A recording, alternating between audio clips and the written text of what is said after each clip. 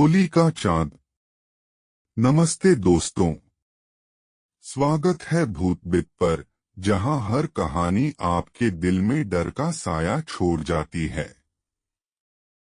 आज हम आपको ले चलते हैं मध्य प्रदेश के एक गांव चंदरपुर में, जहां होली की रात को चांद लाल हो गया और एक भयानक घटना ने पूरे गांव को हिलाकर रख दिया। सुनिए होली का चांद की ये डरावनी कहानी और तैयार हो जाइए एक ऐसे सच के लिए जो आपके रोंगटे खड़े कर देगा। चंदरपुर गांव मध्य प्रदेश अपनी हरी भरी पहाड़ियों और रंग बिरंगी होली के लिए जाना जाता है। यहाँ हर साल होली का त्योहार बड़े उत्साह से मनाया जाता है। गांव वाले रंगों से खेलते हैं, होलिका दहन करते हैं और रात को चांद की रोशनी में नाचते गाते हैं। लेकिन गांव के बाहर एक पुराना तालाब था, जिसे लोग काला तालाब कहते थे। कहा जाता था कि होली की रात को जब चांद पूरा होता है, उस तालाब में एक औरत की आत्मा जागती है।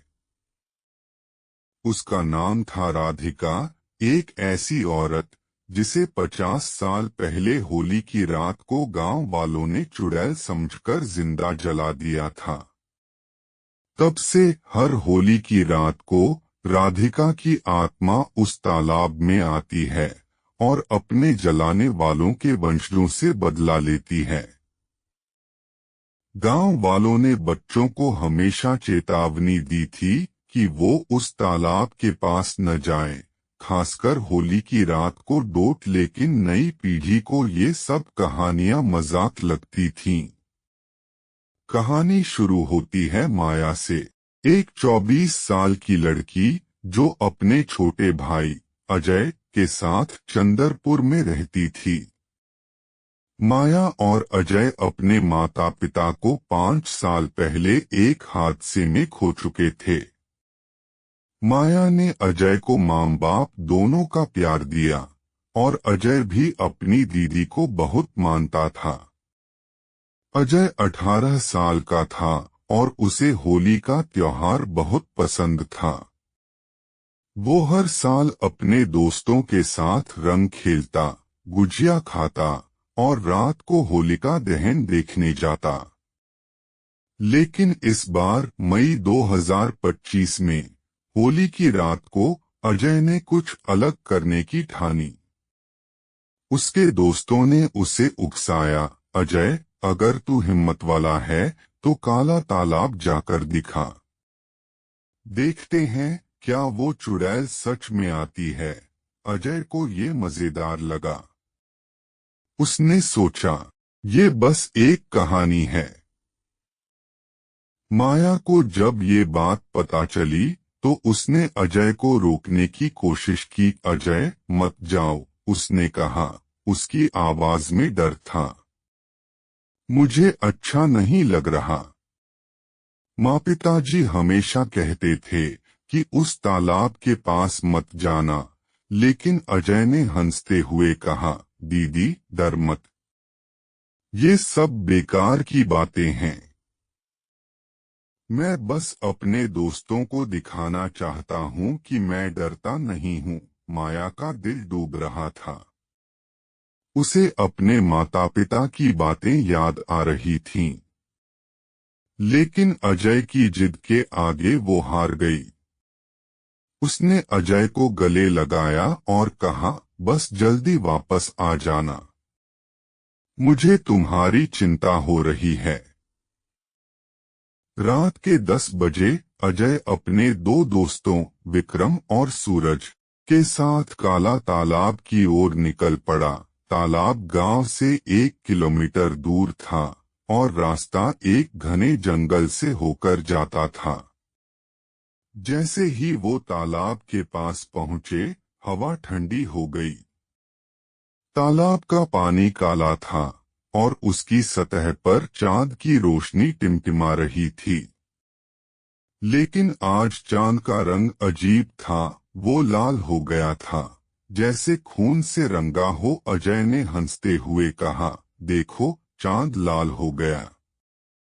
शायद राधिका सच में आने वाली है। विक्रम और सूरज भी हंसने लगे। अजय ने तालाब के किनारे एक पत्थर उठाया और पानी में फेंक दिया। पानी में लहरें उठीं और तभी एक ठंडी हवा चली। हवा में एक औरत की सिसकियां सुनाई दी। अजय ने अपने दोस्तों की तरफ देखा, ये क्या था?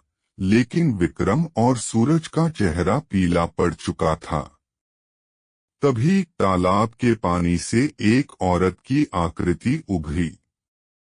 वो राधिका थी। उसके बाल लंबे और गीले थे और उसकी त्वचा जलकर काली पड़ चुकी थी। उसकी आंखें खाली थीं और उसके मुंह से काला खून टपक रहा था। उसने अपने जले हुए हाथों को अजय की तरफ बढ़ाया और कहा, तुमने मुझे बुलाया। अब तुम मेरे हो। अजय और उसके दोस्त डर के मारे पीछे हट गए। विक्रम चीखने लगा, अजय यहाँ से भागो, लेकिन राधिका की आत्मा तेजी से उनकी तरफ बढ़ी। उसने अपने जले हुए हाथों से सूरज को पकड़ लिया। सूरज चीखने लगा, लेकिन उसकी चीखें अचानक बंद हो गईं। उसका शरीर ठंडा पड़ गया और उसकी आंखें खाली हो गईं। राधिका ने सूरज को तालाब में खींच लिया और पानी फिर से शांत हो गया। अजय और विक्रम डर के मारे जंगल की तरफ भागे, लेकिन राधिका की आत्मा उनके पीछे आ रही थी। उसकी सिसकियां अब डरावनी हंसी में बदल गई थीं। अजय को माया की बातें याद आ रही थीं। उसे अपनी दीदी की चिंता सता रही थी। मैंने दीदी को वादा किया था कि जल्दी वापस आऊंगा, उसने सोचा। उसने अपनी सारी हिम्मत जुटाई और रुक गया। उसने अपनी जेब से एक छोटा सा ताबीज निकाला जो माया ने उसे होली के दिन दिया था। उसने ताबीज को राधिका की तरफ फेंका और जोर जोर से मंत्र पढ़ना शुरू किया। राधिका चीखने लगी और उसका शरीर धुएं में बदल गया।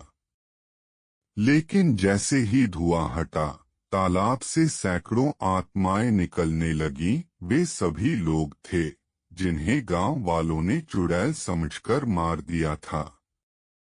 उनके चेहरे जले हुए थे और उनकी आंखें खून से लाल थीं। अजय और विक्रम ने जंगल से बाहर की तरफ भागना शुरू किया। आत्माएं उनके पीछे आ रही थीं। उनकी ठंडी सांसें अजय की गर्दन पर महसूस हो रही थीं। अजय ने पीछे मुड़कर देखा, आत्माएं तेजी से उनकी तरफ बढ़ रही थीं। उसने अपनी सारी ताकत लगाई और गांव की सीमा तक पहुंच गया। जैसे ही वो गांव में दाखिल हुआ, आत्माएं गायब हो गईं। अजय माया के पास पहुंचा और उसे गले लगाकर रोने लगा। दीदी, मैंने तुम्हारी बात नहीं मानी, उसने कहा। मुझे माफ कर दो। माया की आंखों में आंसू थे। उसने अजय को चुप कराया और कहा, तुम यहाँ हो, बस यही मायने रखता है।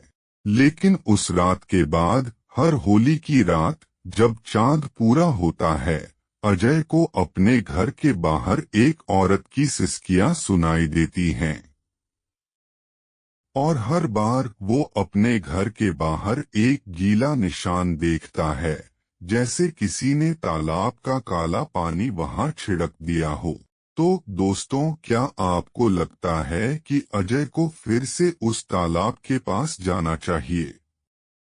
कमेंट में अपनी राय और अपनी डरावनी कहानियां शेयर करें।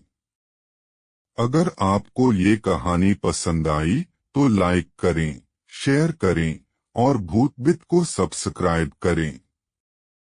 हमारी नई प्लेलिस्ट त्योहारों की डरावनी रातें में और कहानियां देखें, लिंक डिस्क्रिप्शन में है। अगली कहानी तक सुरक्षित रहें, क्योंकि राधिका की आत्मा कभी नहीं भूलती।